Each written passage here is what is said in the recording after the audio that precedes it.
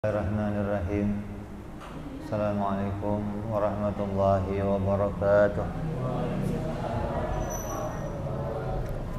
Al-Fatihah ila ruhi Sayyidina Habibina Syafi'ina Rasulillah Sayyidina Muhammad ibn Abdullah Sallallahu alaihi wa ala alihi wa sahbihi wa azwajihi wa dhurriyyatihi.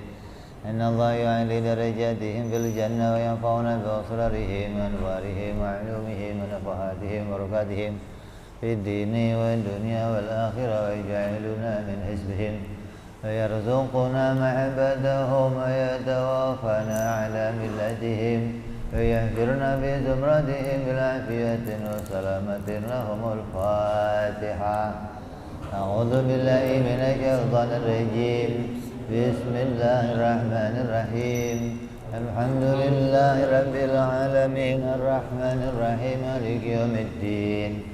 إياك نعبد وإياك نستعين اهدنا الصراط المستقيم صراط الذين أنعمت عليهم غير المغضوب عليهم ولا الضالين آمين. بسم الله الرحمن الرحيم. نويت تعلما وتعليما وتذكرا والتذكيرا والنفعا والاندفاعا والإفادة والاستفادة والحثا على التمسك بكتاب الله وسنة رسول الله صلى الله عليه وسلم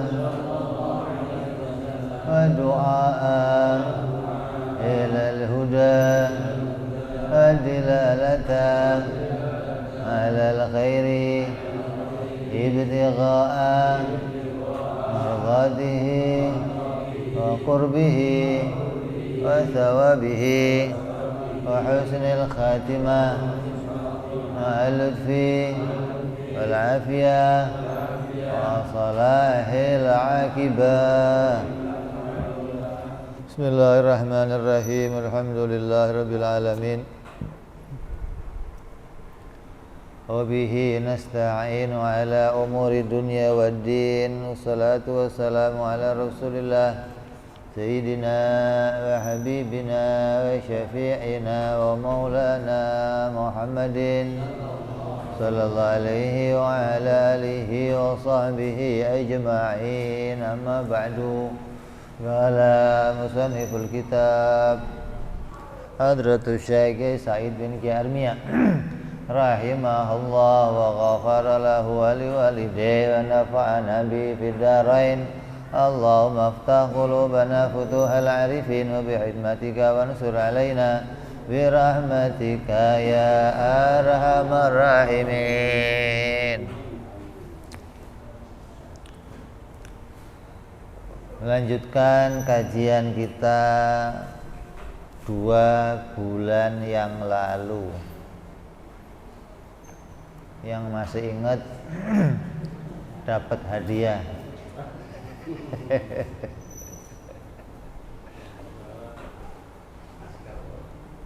Hadiahnya masker. Kita masih sampai pada pembahasan sifat-sifat para rasul alaihimus salatu wassalam, yaitu bahwa wajib para rasul sejak Nabi Adam alaihi salam sampai Nabi kita Muhammad sallallahu alaihi wasallam, mereka semuanya bersifat dengan sifat sidik, tabligh, amanah dan faqonah. Ini sifat yang wajib.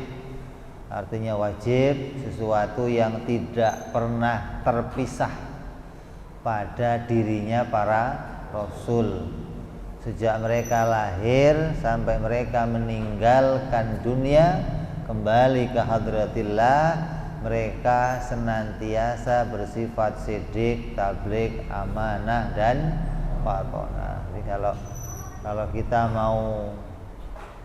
kita mendengar berita atau cerita dari orang-orang atau kitab-kitab yang mengatakan bahwa ada para rasul yang tidak memiliki 4 sifat tersebut, maka harus kita tolak beritanya. Jangan sampai kita meninggalkan dasar agama, pokok dasar agama di dalam keimanan kepada para nabi alaihimus salatu wassalam. Bisa rusak iman kita ini, karena seringkali ada cerita Bani Israel, cerita dari kelompok-kelompok yang lain yang terkadang mencacati derajat kemuliaan para rasul. Ini harus kita antisipasi, tidak boleh. Terus sudah kita bahas pula tentang dalil-dalilnya. Apa buktinya kalau Nabi itu wajib sidik? Sudah kita bahas buktinya kalau Nabi wajib sidik. Apabila para Nabi itu tidak sidik, tidak benar dalam ucapannya, maka Allah juga tidak benar dalam firman-Nya. Karena yang berfirman, yang mengatakan Nabi itu orang benar adalah Allah Subhanahu wa ta'ala dengan khobar hukmi. Khobar hukmi rupanya apa? Allah memberikan mukjizat kepada para nabi. Kok ternyata para nabi itu bohong? Berarti Allah salah memberikan mukjizat, karena mukjizat hanya diberikan oleh Allah kepada orang-orang yang wajib benarnya. Kalau ada nabi kok enggak benar, berarti Allah salah meletakkan mukjizat. Adapun Allah salah meletakkan mukjizat, hukumnya apa? Mustahil. Masa Allah salah meletakkan mukjizat? Maka pasti nabi orang yang benar. Yang kedua, nabi wajib bersifat amanah. Apa buktinya Nabi amanah? Buktinya Nabi amanah apabila Nabi tidak amanah, artinya boleh saja mereka melakukan perkara yang haram atau yang makruh. Berarti boleh saja Nabi melakukan kesalahan. Kalau Nabi ngelakuin kesalahan, sengaja ngelakuin kesalahan, maka kita sebagai umatnya akan diperintahkan pula mengikuti jejaknya para nabi. Allah berfirman apa? Qul in kuntum tuhibbunallah fattabi'uni. Kalau kalian mencintai Allah, maka ikutilah aku. Ternyata yang diikuti orang salah, ya berarti kita juga ngikutin salah. Maka tidak pernah para nabi sengaja melakukan kesalahan. Itu ada berita yang macam-macam, Beb, di koran-koran itu, Beb, di sosial media, di orang-orang Israiliyat. Harus ditolak kalau ada cerita-cerita yang mengurangi derajat kemuliaannya. Terus dalil yang berikutnya, wajibnya para nabi bersifatan tabligh. Apa bukti kalau nabi itu tabligh? Buktinya nabi tabligh adalah nabi menyampaikan bangsa hukum. Isinya apa? Wajib, sunnah, haram, makruh, dan mubah. Maka hingga hari ini hukum-hukum yang kita terima dari para nabi itu tidak pernah berkurang, semuanya lengkap. Kita menerima berita tentang hukum, wajibnya sholat, wajibnya puasa, wajibnya haji, wajibnya zakat, wajibnya syahadat, rukun iman, dan kewajiban-kewajiban yang lainnya, semuanya lengkap sesuai dengan apa yang diberitakan Al-Quran dan hadis tanpa ada yang dikurangi. Andai Nabi mengurangi berita, maka pasti pengikutnya pun akan mengurangi berita-berita yang penting. Seperti orang-orang Bani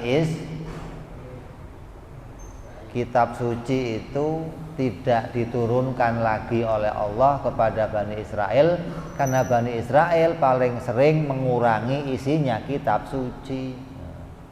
Mereka memotong, kadang diganti, kadang dirubah, kadang ditambahin. Itu Bani Israel kerjanya begitu. Makanya mereka sudah nggak punya lagi kitab yang otentik, nggak ada. Semua kitabnya nggak ada yang bahasa asli, nggak ada. Semua sudah dialih bahasakan hingga keotentikannya nggak jelas lagi. Kayak apa? Wajib dilarang untuk umat-umat terdahulu sampai kepada kita, itu diantaranya dilarang makan babi. Babi itu suatu larangan sejak zaman itu, dilarang makan babi. Bukan baru-baru ini aja dilarang makan babi. Lah di Injil ditambahin, ada pesanan dari pedagang babi kali, pesen tolong nanti bikin Injil yang baru, tulis tambahin hutan gitu, Pak. Jadi yang dilarang apa? Babi hutan.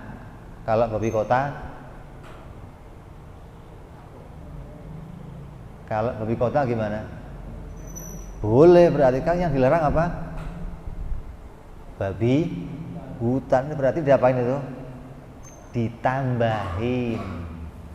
Ada pula yang dikurangin apa? Berita tentang Nabi Muhammad Sallallahu Alaihi Wasallam, bahwa Nabi Muhammad Nabi terakhir, dikurangi oleh mereka. Mereka mengakui Nabi terakhir siapa? Ya Nabi Isa, ini Nabi terakhir. Jadi hingga tidak diberikan lagi kitab Al-Quran yang terakhir untuk Bani Kenapa? Karena kerjaannya tadi, kalau nggak ngurangin, nambahin, ngerubah. Adapun Quran sejak zaman itu sampai sekarang tidak ada perubahan. Nabi menyampaikan seluruhnya dan sahabat juga menyampaikan seluruhnya, hingga terus pada ulama-ulama kita menyampaikan seterusnya begitu. Bani Israel enggak, nabinya lurus, disampaikan semua kitab Taurat, disampaikan semua kitab Injil, begitu sampai ke bawahnya mulai dipotong, dikurangi sampai kurang. Kalau kita enggak, Quran dikatakan apa? Inna nazalna dzikra wa inna lahu lahafizun, bahwa kami yang menurunkan Al-Quran dan kami yang akan menjaganya sampai sekarang. Maka Allah jadikan para penghafal Al-Quran terus. Sekarang kita lihat rumah-rumah tahfidz banyak, ya, tahfidz. Ini penting, kenapa? Untuk penjagaan Al-Quran. Makanya zaman pertama ditulisnya Al-Quran itu kapan? Ketika sahabat Abu Bakar radhiyallahu anhu melihat bahwa para penghafal Al-Quran mulai banyak yang mati di zaman itu, ikut perang mati. Beliau khawatir, kalau sampai nggak kita tulis Al-Quran mati semua, waduh bahaya. Maka dikumpulkanlah para penghafal Quran, maka diminta untuk menuliskan apa yang mereka hafal dan dicocokkan dengan tulisan-tulisan yang telah ditulis, yang langsung didiktekan oleh Nabi Muhammad Sallallahu Alaihi Wasallam. Jadi Quran itu dulu bentuknya potongan-potongan, ada yang 2 ayat ditulis di kulit kambing disimpan, ada yang ditulis di kulit kayu disimpan, ada yang ditulis di kulit onta disimpan, di batu disimpan, terus banyak petelan-petelan Al-Quran. Maka dikumpulkan seluruhnya jadi satu, disalin jadi buku, maka dibakarlah sisanya ini. Habis, telah jadi satu susunan buku, kemudian disalinlah menjadi 3 buku.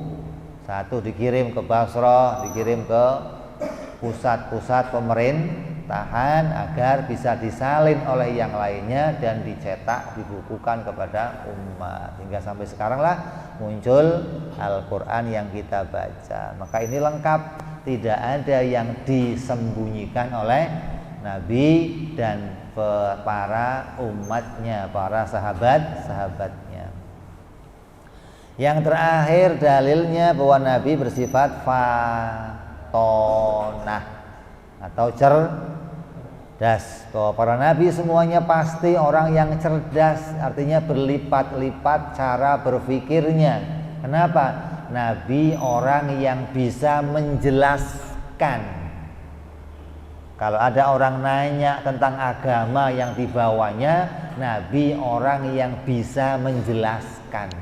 Kalau Nabi nggak pinter, maka dia nggak bisa menjelaskan. Apalagi ditanya, ini kenapa kok ayatnya bunyinya begini, kenapa nggak begini aja? Kalau nggak pinter nggak bisa jelasin seperti apa. Dalam Al-Quran ada cerita, Inna allaha la yastahyi ayyadriba masalan ma ba'udatan wa ma fawquha. Allah tidak malu menceritakan tentang kisahnya nyamuk di dalam Al-Quran ataupun yang lebih kecil dari nyamuk. Orang-orang nanya, Muhammad, lu pengangguran cerita nyamuk dalam Al-Quran. Dianggap membuat-buat, ada apa kok nyamuk diceritakan dalam Al-Quran. Tapi Nabi kan cerdas, bisa beliau jawab. Begitupun dalam ayat-ayat yang lainnya yang bagi mereka dianggap itu ayat-ayat yang meragukan, Nabi membantahnya secara langsung dan Nabi mempertahankan kebenaran apa yang disampaikannya. Di Quran pun dikatakan wajadilhu billati hiya ahsan. Itu ayat Quran. Allah perintahkan kepada Rasul untuk membantah para musuhnya, artinya melawan musuhnya dengan argumentasi.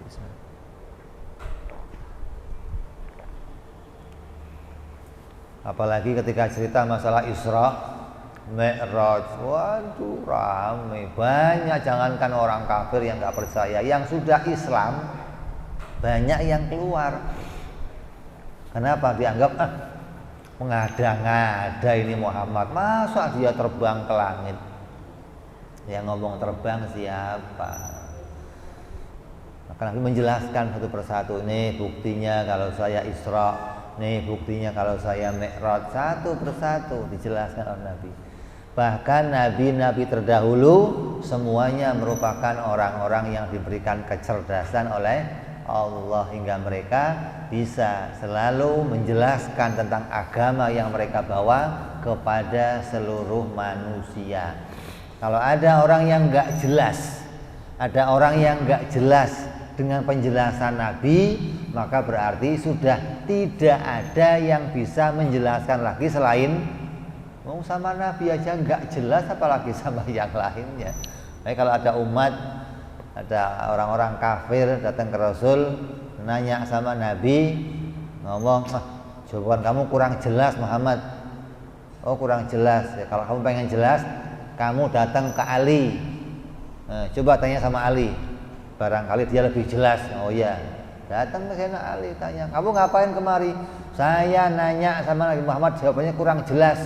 Oh terus saya suruh tanya sama kamu, barangkali lebih jelas. Oh ya sudah, sini jawabnya ini, set, selesai. Enggak ada jawab yang lain lagi, seret. Ini jawabannya nih. Kenapa?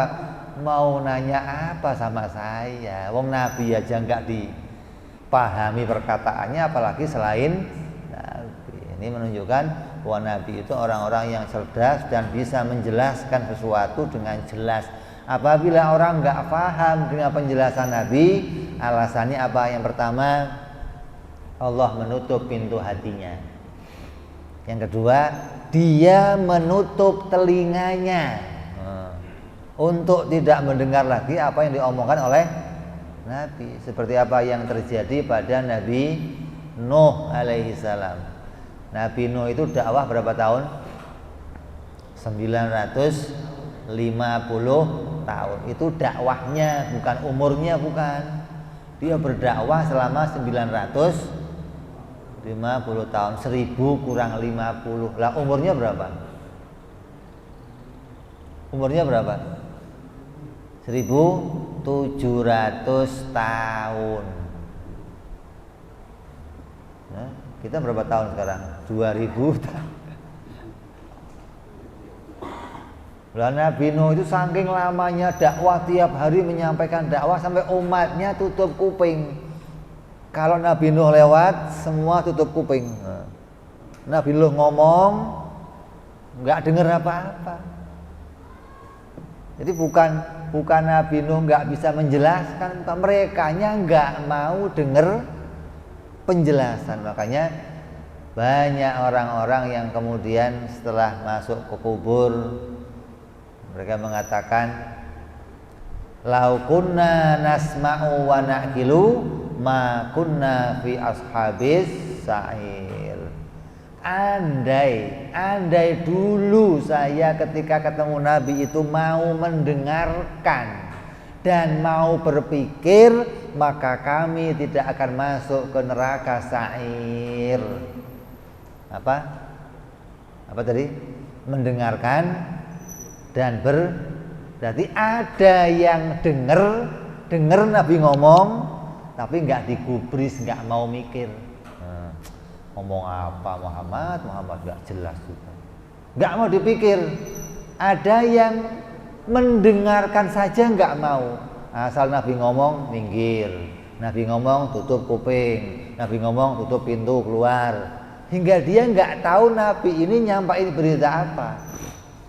Maka mereka mengatakan, lau kunna, andai saja dulu kami nasma'u, mau mendengarkan, wa na'kilu, mau berpikir, ma kunna fi ashabis sa'ir, kami tidak akan masuk neraka sa'ir. Jadi mereka sendiri yang meninggalkan beritanya Nabi, mereka sendiri yang menyesal nggak mau mikir perkataan Nabi. Bukan Nabi yang nggak cerdas. Jadi Nabi semuanya orang-orang yang cerdas, yang bisa menyampaikan berita-berita kepada manusia. Bahkan Nabi melawan hujahnya, Nabi melawan bantahannya orang-orang kafir. Datang ke Fir'aun dijelaskan oleh Rasul, datang ke Namrud dijelaskan oleh Rasul, datang ke Abu Lahab, datang ke Abu Jahal, semua para pembesar-pembesar yang menentang para Rasul didatangi oleh mereka dan dihujjah atau disampaikan bantahan-bantahan agar mereka mau menerima kebenaran agama Islam. Tapi dasarnya Allah yang ngasih hidayah, tetap saja nggak mendapatkan petunjuk karena telah ditulis Abu Jahal kafir, Fir'aun kafir, Namrud kafir. Walaupun Nabi yang ngajak bicara, tetap saja hatinya ditutup oleh Allah Subhanahu wa ta'ala. Ini buktinya kalau Nabi semuanya pasti bersifat sidik, amanah, tabligh dan fatonah. Yang berikutnya hari ini kita sampai pada adapun yang menunjukkan perkara yang jaiz. Apa? Setelah wajib, mustahil, terus jaiz. Kalau wajibnya ada 4, maka mustahilnya ada 4, jaiznya ada 1. Maka ada sifat yang wajib kita ketahui jumlahnya berapa? 9 bagi para rasul. Maka yang jaiz hanya 1, apa itu? Bersifat kemanusiaan. Apa buktinya kalau Nabi itu bersifat manusia? Seperti apa? Mereka makan, minum, tidur, lapar, dan yang lain-lainnya. Oh, buktinya kalau Nabi itu manusia, bukan jin, bukan malaikat. Karena kalau kata orang-orang Arab apa? Oh, masa Nabi kok manusia? Nabi harusnya malaikat dong, nggak makan, nggak minum, nggak ke pasar, nggak terima duit. Dianggap kalau Nabi masih terima duit, masih makan, masih minum, berarti masih bisa disuap, masih bisa bohong, masih bisa. Itu kalau polisi di sini, ya. Kalau Nabi dari sini mungkin begitu. Siapa namanya? Mosodek, siapa lagi? Lia Edan. Nah, itu mungkin masih bisa. Kalau Nabi Allah yang nggak demikian. Buktinya mereka itu bangsa manusia, seperti makan, minum, lapar, semua sifat-sifat manusia yang terjadi pada mereka itu dilihat oleh orang-orang yang hidup satu zaman dengan mereka. Jadi yang hidup sezaman dengan Nabi ini ada namanya para sahabat. Sahabatnya Nabi jumlahnya berapa? Berapa? Banyak. Sahabat Nabi jumlahnya berapa? Banyak. 124.000 sahabat. Yang dikubur di Madinah ada berapa? 10.000. Sisanya berapa? Jumlahnya 124.000. Sisanya berapa? 114.000. Ya.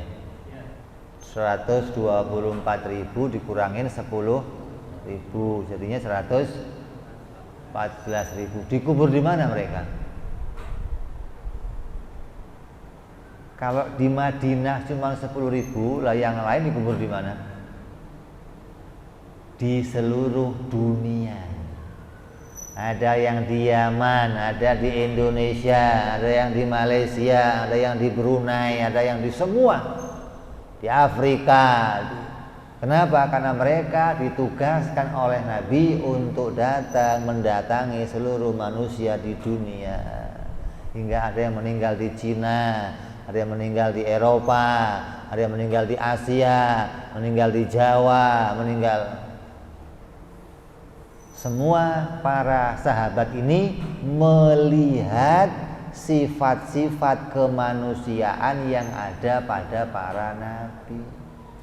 Mereka duduk bareng bersama Nabi, mereka makan bareng bersama Nabi, mereka minum bareng bersama Nabi, mereka berperang bersama Nabi, hingga mereka melihat Nabi betul-betul manusia. Terus berita tentang apa yang mereka lihat disampaikan kepada keturunannya, kepada orang-orang yang mengikutnya.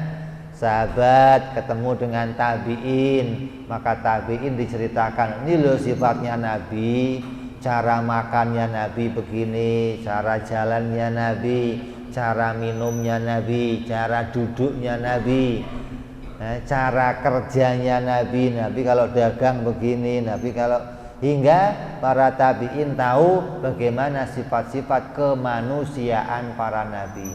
Dari tabi'in disampaikan pula ke tabi'in, terus dijelaskan sampai kepada kita sekarang ini. Makanya ada yang namanya sejarah Nabi atau kitab maulid. Ada? Kitab maulid yang sering kita baca. Di sini bacanya apa? Di sini kalau maulid baca kitabnya apa?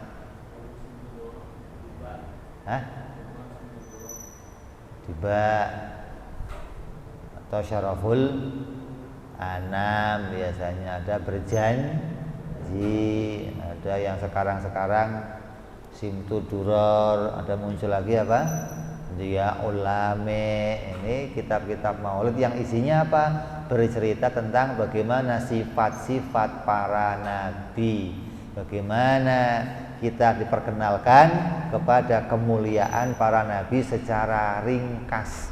Kalau kamu baca tentang sifat-sifat Nabi Syama'il Muhammadiyah, kitabnya tebel-tebel.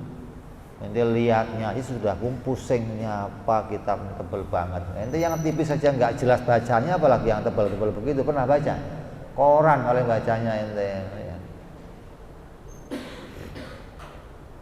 Maka oleh para ulama diringkas hingga jadi kitab maulid yang gampang dihafalkan, gampang dibaca untuk pengingat kita tentang kemuliaan para nabi, khususnya Nabi kita Muhammad Sallallahu Alaihi Wasallam. Maka berita-berita itu disampaikan dengan cara mutawatir.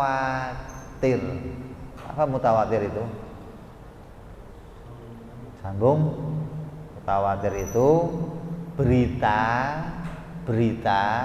yang didengar oleh lebih dari 4 orang.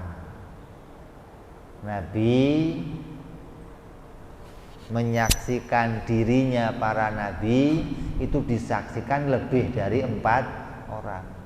Maka berita itu kemudian disampaikan kepada orang lain dengan berita yang sama yang jumlahnya lebih dari 4 berita. Ada 10 berita, 100 berita, 1000 berita, sampai ratusan ribu berita tentang sifat-sifat para nabi disampaikan secara mutawatir. Artinya beritanya sama dari orang yang berbeda tapi beritanya sama. Berita mutawatir ini tingkat kebenarannya itu 100%.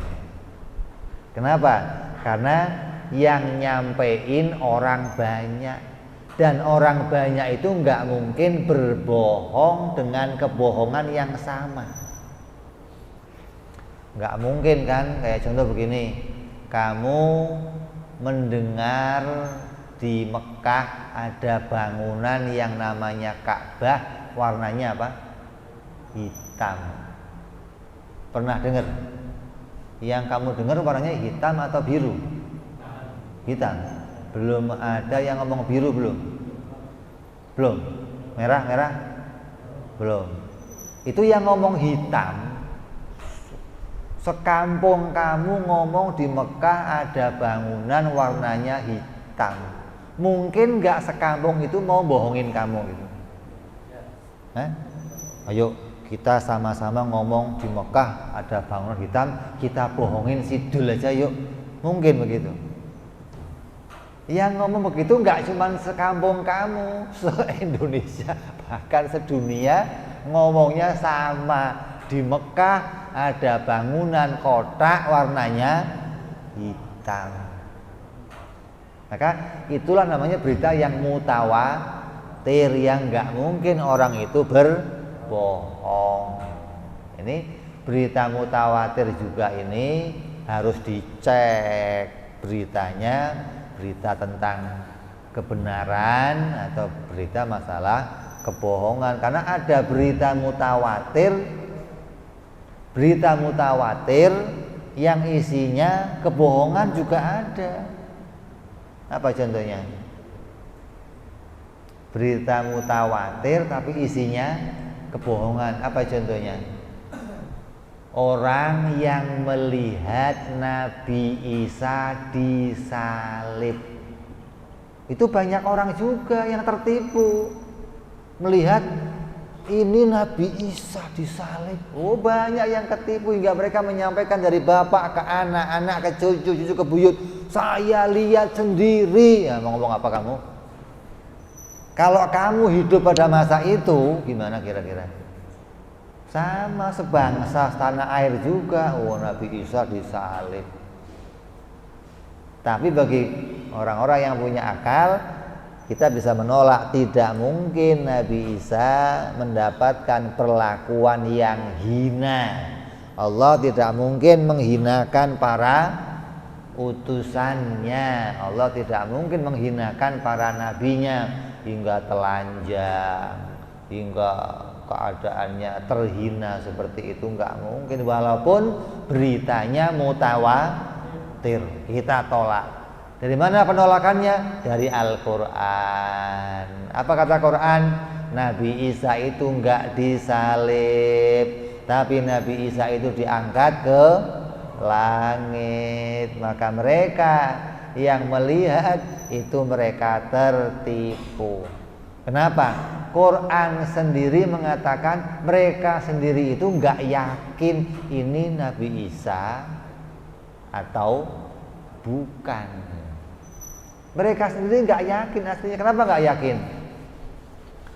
Waktu Nabi Isa di dalam rumah mau ditangkap, yang disuruh masuk ada 3 penjaganya, 3 pengawal disuruh masuk.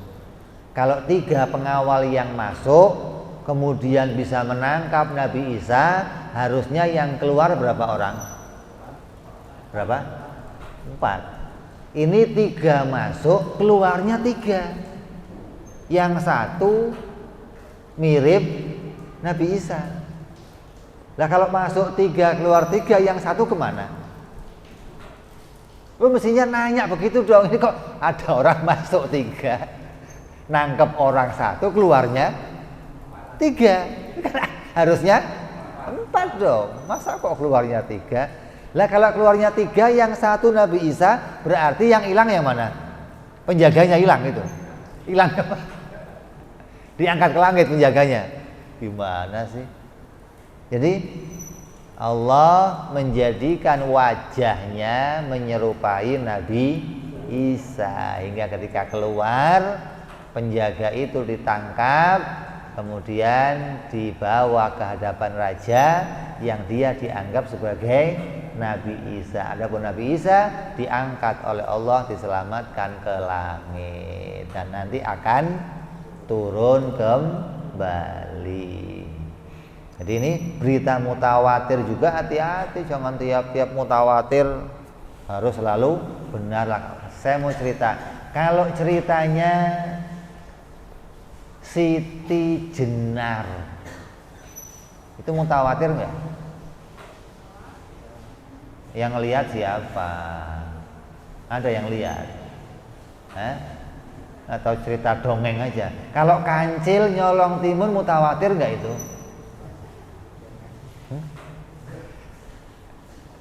Itu dongeng, dongeng menjelang tidur. Orang tua dongengin, dongengnya didongengin lagi, dongeng. Itu isinya dongeng semua. Kita harus bedakan nih, berita yang mutawatir itu kayak apa. Jangan dianggap dongeng, jangan. Ini jelas berita yang orang yang menceritakan itu melihat langsung kejadiannya, dan dia bersaksi bahwa saya melihat, dan dia pun disaksikan oleh orang banyak bahwa betul dia itu melihat kejadiannya, begitu. Artinya satu sama lain saling membenarkan bahwa betul dia melihat, betul dia melihat, betul dia melihat, namanya saling menguatkan. Lah kalau cerita Siti Jenar bagaimana? Kata yang satu darahnya muncrat keluar la ilaha illallah. Kata yang satu jadi cacing, yang satu lagi ngomong jadi tanah, satu lagi ngomong jadi simpang siur, beritanya nggak jelas begini. Bagaimana mau kita terima? Ini contohnya salah satu cerita. Jadi kalau kita ngomong, saya ditanya gimana Bib cerita masalah Siti Jenar, nggak tahu, saya nggak pernah jelas cerita. Kalaupun ada ya alhamdulillah, kalau nggak ada ya nggak apa-apa, namanya nggak. Ini cerita-cerita yang seperti ini harus kita bedakan mana yang namanya mutawatir dan mana yang namanya dongeng orang kampung, ceritanya orang kampung, atau cerita-cerita legenda kayak apa itu, maling ada maling kundang aslinya ada. Di mana batunya? Coba kita pahat, kita bikin cincin batunya, coba ente, barangkali mahal batunya dipahat, ya. Jadi harus kita pisahkan mana dongeng-dongeng yang isinya fiktif, yang enggak ada kebenarannya, dan mana cerita yang mutawatir yang disaksikan oleh orang banyak.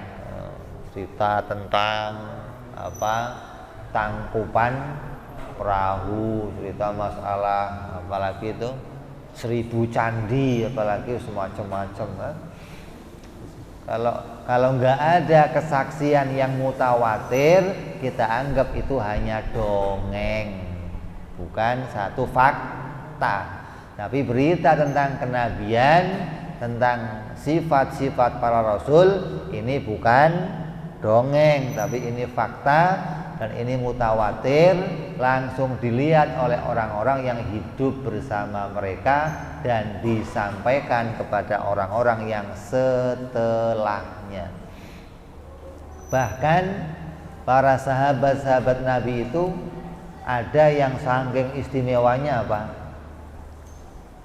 Cara jalannya sama dengan cara jalannya Nabi, coba. Cara makannya sama dengan cara makannya Nabi.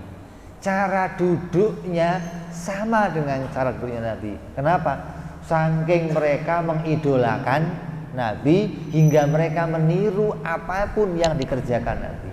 Hingga ada sahabat yang datang ke suatu perkumpulan, kemudian dia disuguhi makanan buah-buahan namanya semangka. Enak nggak semangka? Yang pakai biji apa nggak pakai biji? Belum tahunya pakai ya. Ini sahabat dikasih semangka, nggak dimakan. Kenapa? Saya nggak pernah lihat Nabi makan ini, jadi saya nggak tahu caranya makan gimana. Ente kan nggak urusan banting belah untal, mau dari depan kayak mau dari belakang. Pisang utuh taruh di meja. Kalau kamu lihat pisang matang, yang kamu ambil yang mana dulu? Yes, pokoknya ambil dulu yang mentek-mentek itu kita ambil. Nabi enggak, kalau ngambil yang bawah dulu diambil. Biar apa? Orang yang lihat masih utuh, kayaknya rapih gitu. Kita kan enggak bisa bosan pisang kok potong sana, potong sini, potong sana. Udah begitu diambil rapi, taruh lagi, bukanya makannya dipotek. Kalau kamu caplok semua, jejel-jel, udah ada urusan.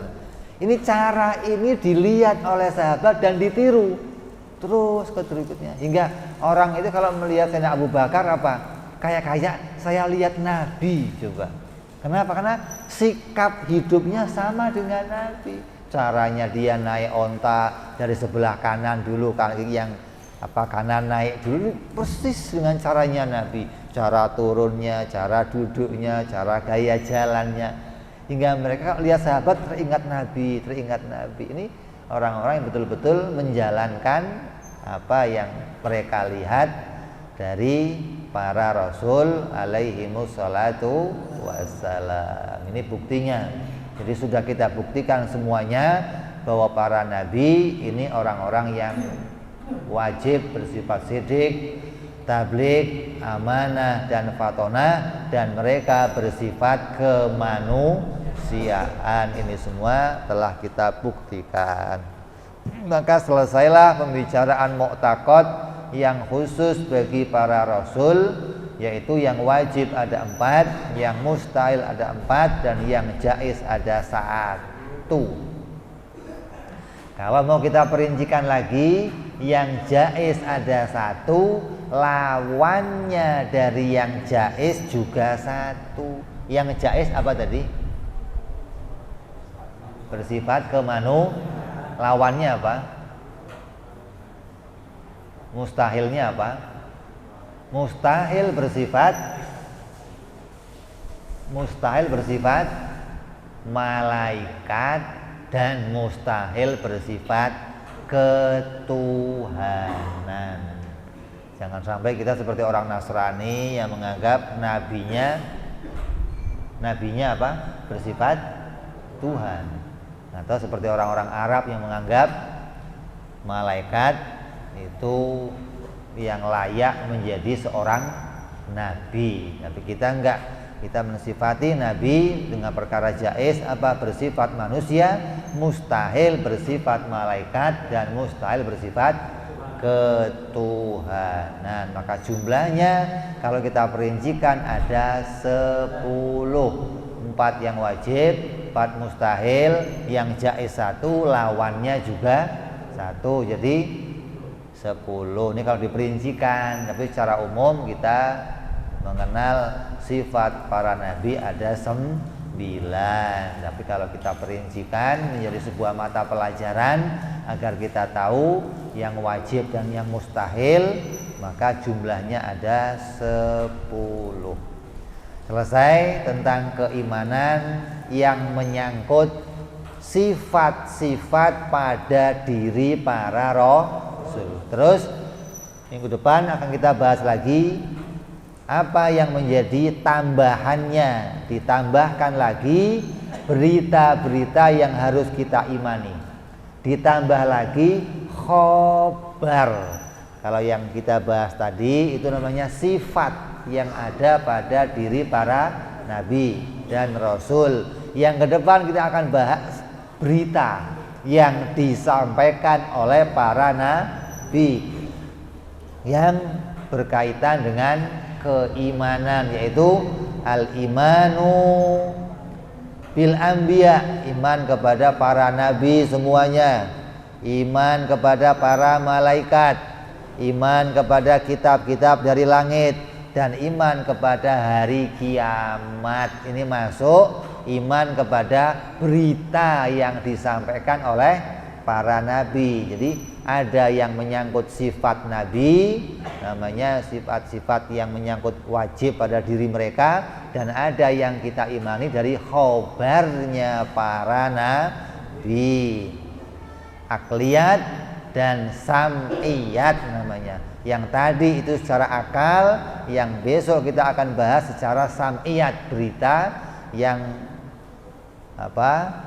disampaikan oleh para nabi seluruhnya, sejak Nabi Adam alaihissalam sampai Nabi kita Muhammad sallallahu alaihi wasallam. Insyaallah kita akan sambung yang akan datang. Wallahu alam bisawab. Wa ila hadratin Nabi.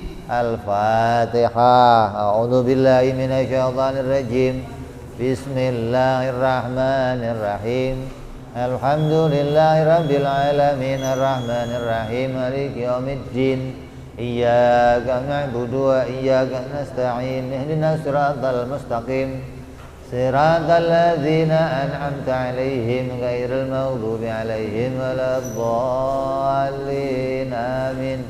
Ya rabbana i'tarafna bi anana i'tarafna wa anana asrafna ala ladha ashrafna fatub alaina tauba taghsilu kulli hauba wastur lana awrati wa amini rawati waghfir li walidina rabbi wa mauludina wal ali wal ihwani wa sairil hillani wa kulli dhi mahabbah aw jiratin aw suhbah wal muslimina ajma' amin rabbi fadlan wa judan manna la biktisabi minna bil mustafa rasulina dhabi kulli suli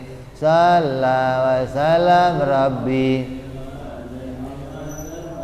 wa alihi wa sahbihi dada tahsi suhbi walhamdulil ilahi bil badi wa tanahi subhana rabbika rabbil izzati amma yasifun salamun alal mursalin walhamdulillahi rabbil alamin. Assalamualaikum warahmatullahi wabarakatuh.